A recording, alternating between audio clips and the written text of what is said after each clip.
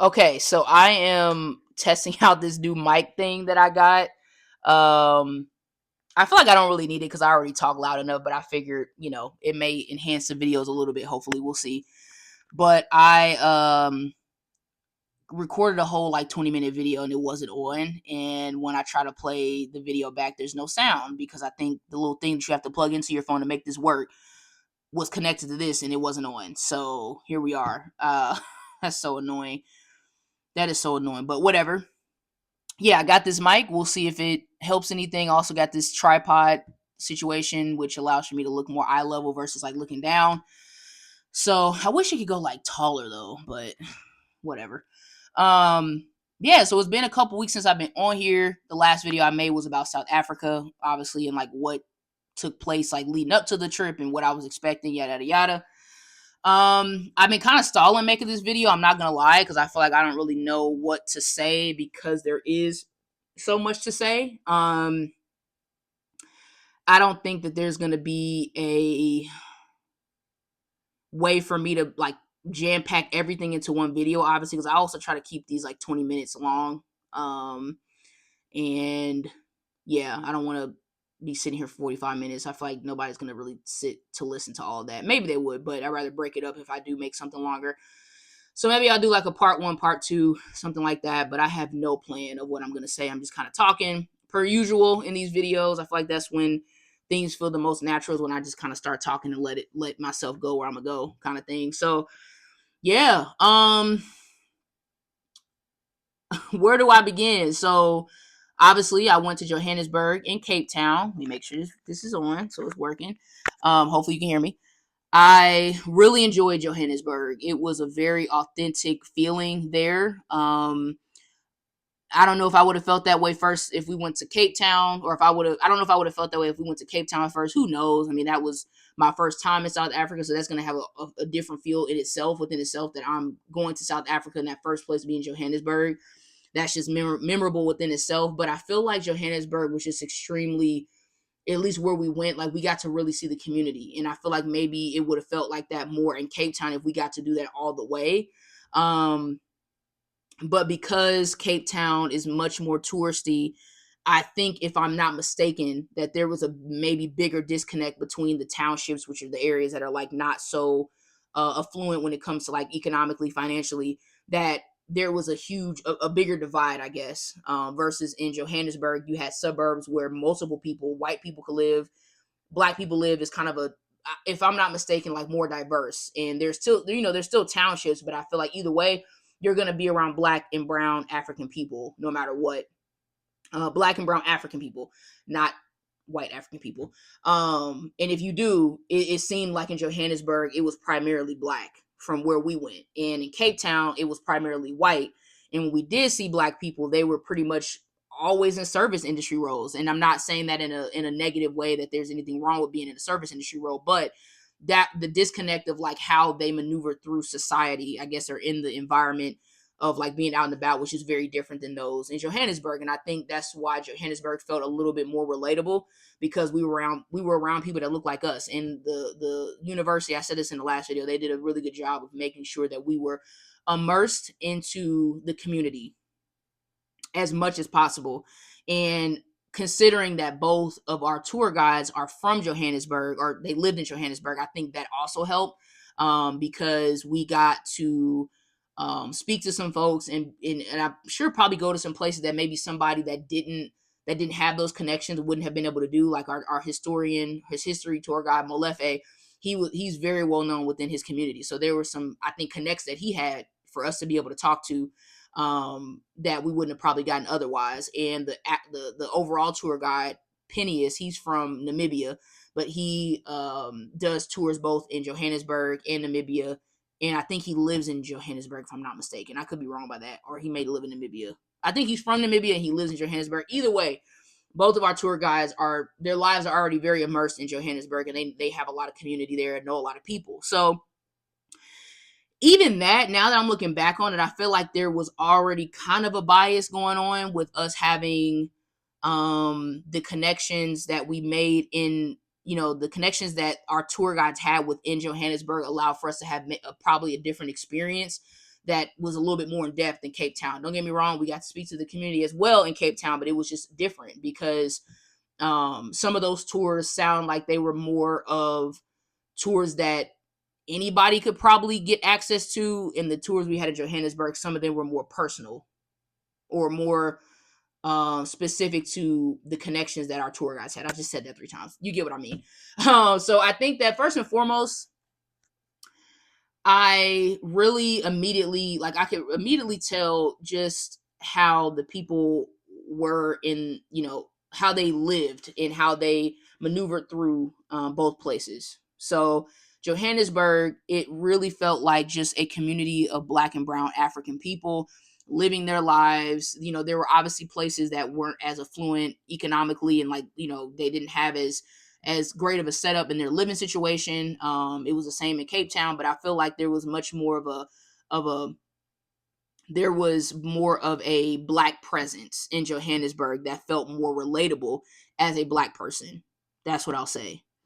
I think that we got to really immerse ourselves not only in the academic space, but I had a couple of my classmates where we went to like a bar there and got to like see, see what that looked like and how the environment was. And it was just, and just a disclaimer, this is nothing against white people, so anything I'm going to say is not coming from a place of like being mean or anything, but it's just a reality of um the effects of apartheid and what we all know has happened with people, some people of European descent that went over to South Africa and pretty much took over stuff and oppressed people and things like that. It's just a reality that's going to have a effect on these um how these areas look, right? So in Johannesburg, I can probably count on my hand how many white people I saw. And I think that is very interesting because Cape Town was the complete opposite.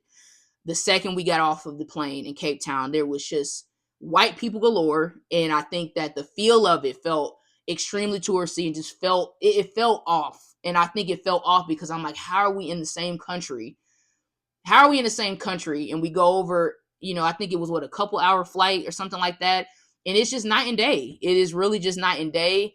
Um, there's obviously a disconnect between at least the folks in Johannesburg and how they see Black people in Cape Town. I didn't really get any information or hear anything about how Cape Town folks feel about those in Johannesburg. That wasn't really the vibe of the people, who we talked to. But we learned very quickly that there seems to be some sort of distance between Black folks in Johannesburg with those in Cape Town. And my understanding is that, at least I'll speak for our tour guide, he seems to have a disconnect with how some Black people have settled within this new Cape Town that was taken from them. And it seems like there's like a lack of respect there of like, how could you, how could you kind of like how could you give them that kind of thing? And it was, I don't know, it seemed like more of a personal thing with him. Like he seemed like genuinely, like he even said that he just doesn't go to Cape Town often. It sounds like that's just not necessarily something that people from Johannesburg want to go do for fun, is what I'm trying to say. They don't really seem to look at Cape Town as some place to go visit or whatever. I think there's a lot of bad energy to them there, considering what took place. And I get it. But on the other side, going to Cape Town, we also got to talk to people within the community there. And I feel like it was a little unfair how it felt like it was a little unfair how we came into it probably with some jaded, like a little bit of a jaded point of view because of what we learned in Johannesburg and, how Cape Town came to be. We learned that there's some hope and some talks about Cape Town separating from South Africa, I believe, and becoming its own country, if I'm not mistaken. Just because the people that live there feel like, oh, it's so different and we have our own way of doing things and we should be our own thing. And folks in Johannesburg and just people in South Africa generally are like, no, this is still South Africa. You can't just, again, come over here and take it and think that you get to just kind of like reshape and remold what it is to those of South Africa, no matter where people live.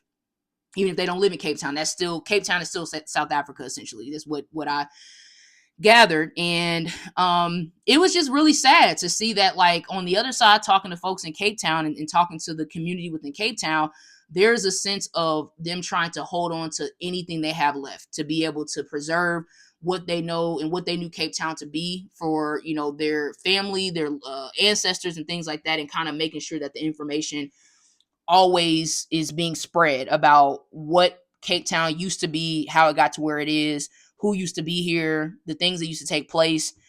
We specifically talked to two tour guides. They're a couple named Lucy and Melissa. I forget what organization they're with. I'll try to like put the descriptions of like these different places that we went, because I have like an agenda. I could probably put those places on here so you can go and see for yourself, donate, engage with with these organizations, and just see what they see what they're about.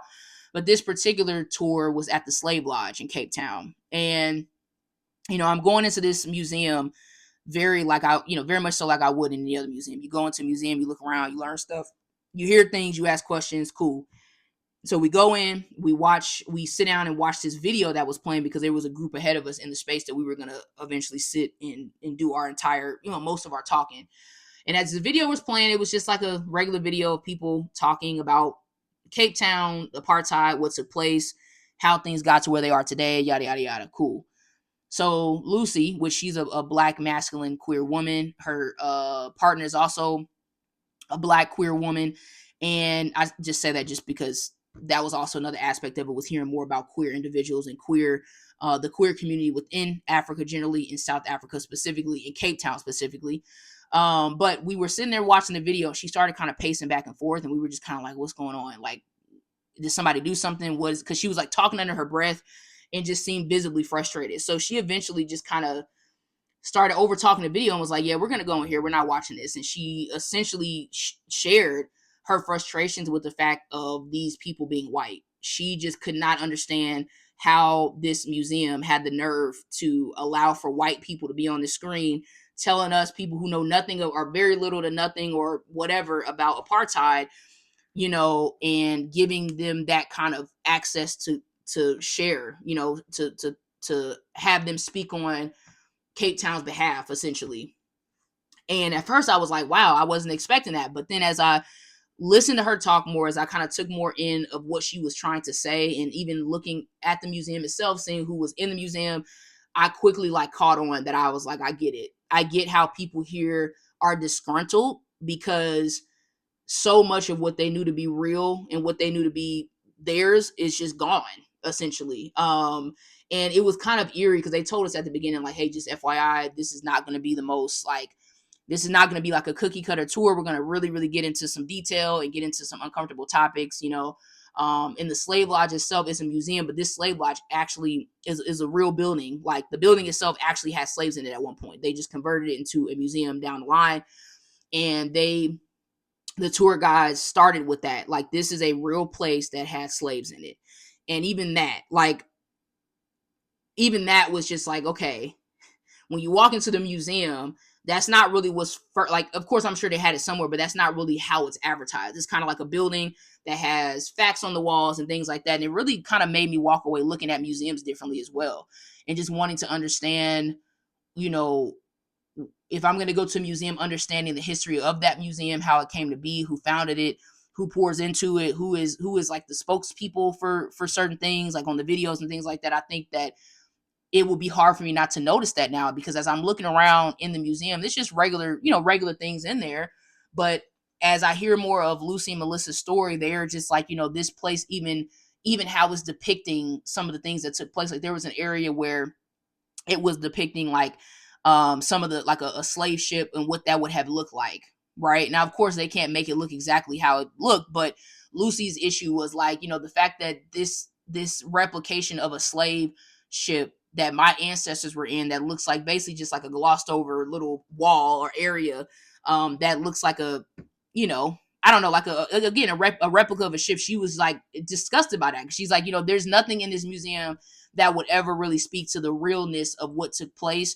And it seems like she had an issue with the fact that the museum wasn't as, I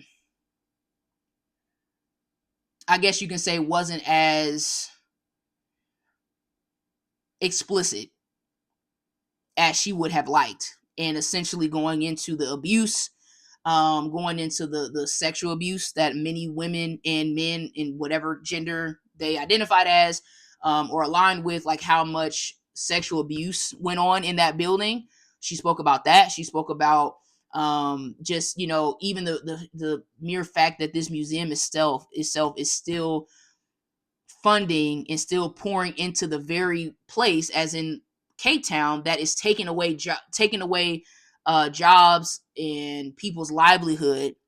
And yet we, as people that don't know much about apartheid, are coming here and giving, obviously we, you know, they got paid obviously, but it's like essentially these museums are getting paid and being able to use that money to pour more into Cape Town itself. And those, you know, they're not actually like pouring into the community like you would, you know, like one would hope, obviously, because it's still a museum. It's still a place where tourists go. It's in a place like Cape Town where they can use that money to, I don't know, build build more onto Cape Town or within Cape Town, essentially. Um, and it was just, yeah, it was just very interesting to hear that perspective and hear on the other side that, like, no, the people in Cape Town, the black and brown people in Cape Town, have their own story. They are there, a lot of them seem to be there trying to make it what something similar to what it once was, and making sure if they, even if they can't, that people are going to know about it. And I really respect that, because I feel like I can see how people who are from there and who still live there can get lost in Cape Town for what it is today, which is not accurate and is not fair, you know. So I think just seeing like how Cape Town was talked about before we got there, and being able to actually have a chance to sit and talk with people who still are there, was, I really appreciated that, because I'm happy that I didn't go into Cape Town and leave with what my first thought was in Johannesburg, which is like, oh, like these black people here are just settling and they're just whatever. It's like, no, these people are trying to like do the best that they can, considering the fact that they want to stay in this place that was taken from them. I mean, I have no other way to put it. Like, um, we learned that a lot of black people who work in Cape Town can't live there because they can't afford it. They're spending pretty much most of their income on transportation, which I'm if I'm not mistaken, I think the townships that are surrounding Cape Town, that are surrounded like downtown Cape Town, like they are like an hour and 40 minutes away, maybe 2 hours. So a lot of people are traveling 4 hours a day just to work in Cape Town, work in these service industry kind of roles, just to have to go home and not really have much money to build their livelihood, you know. So even just that, it's like they're in a deficit,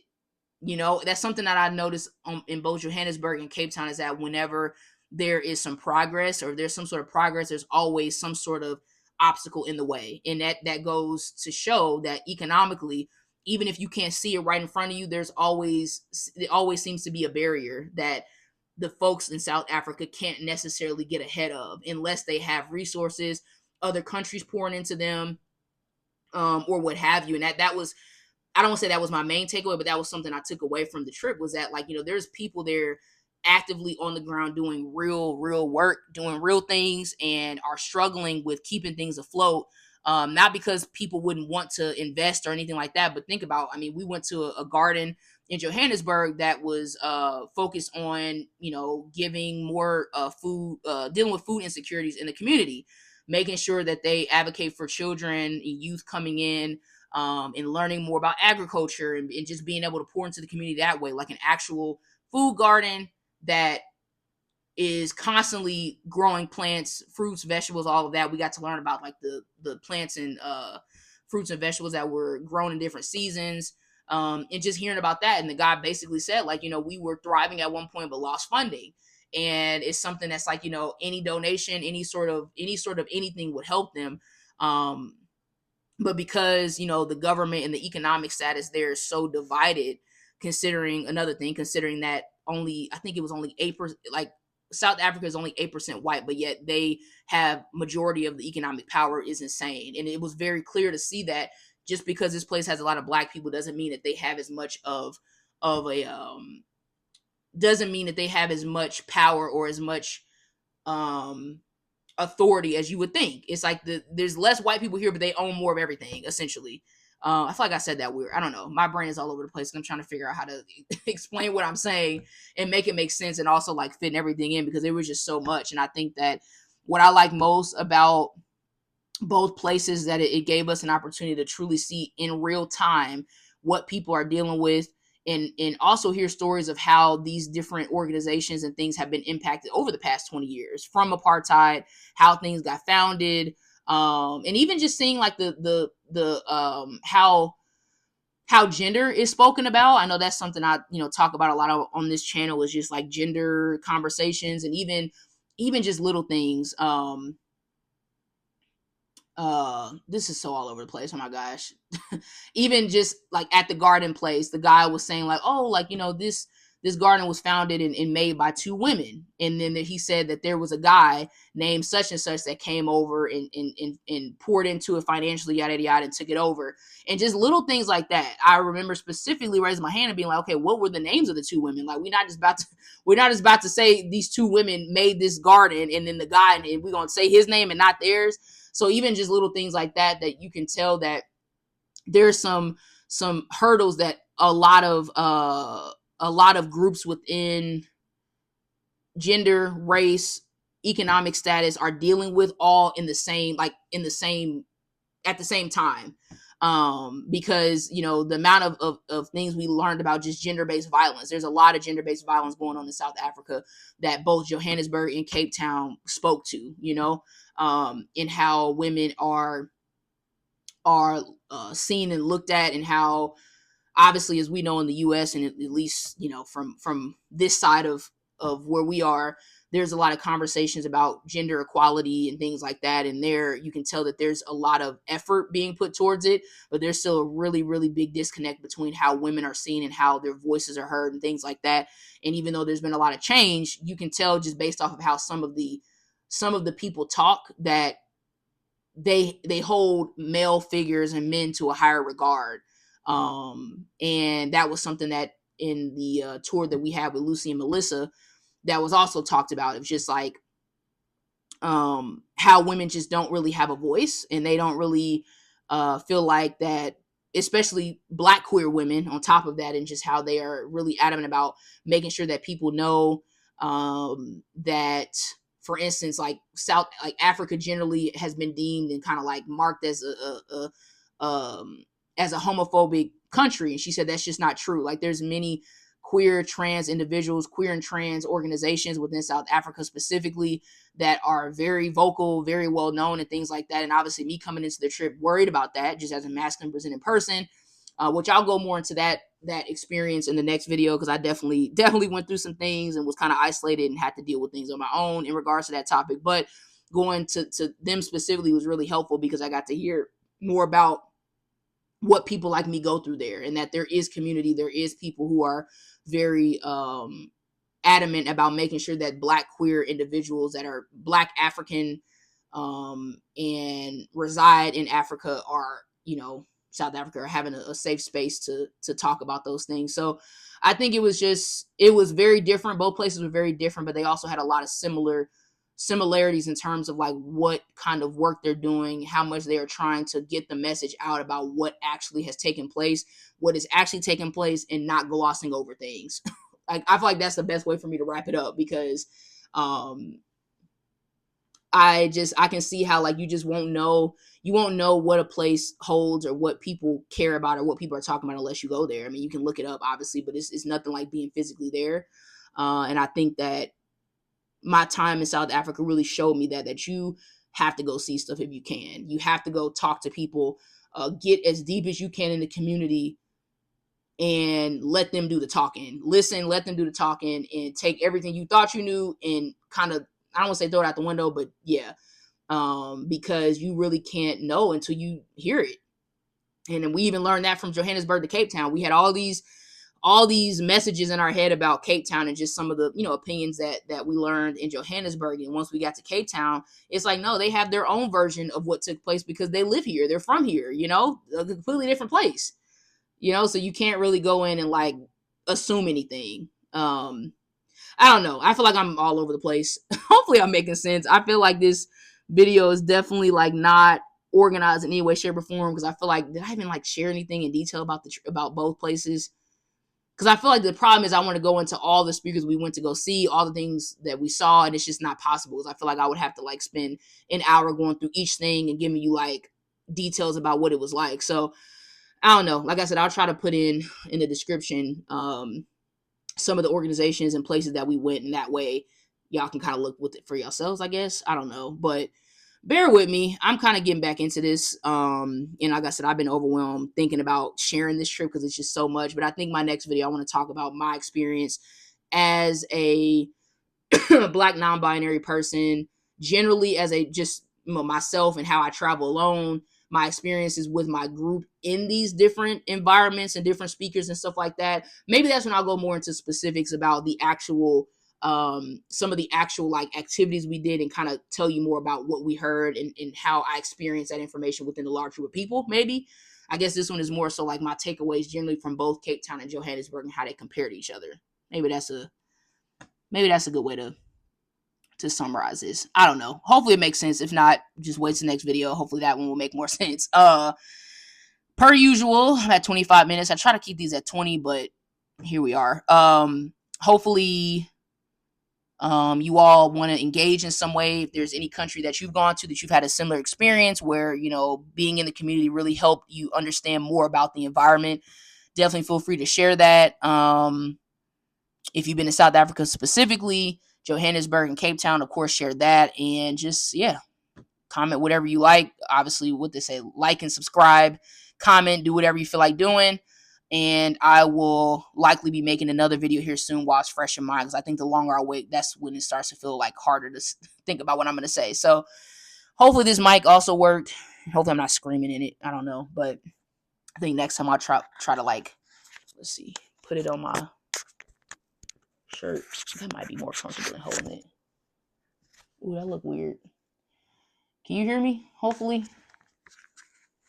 That looks strange, but I do have like another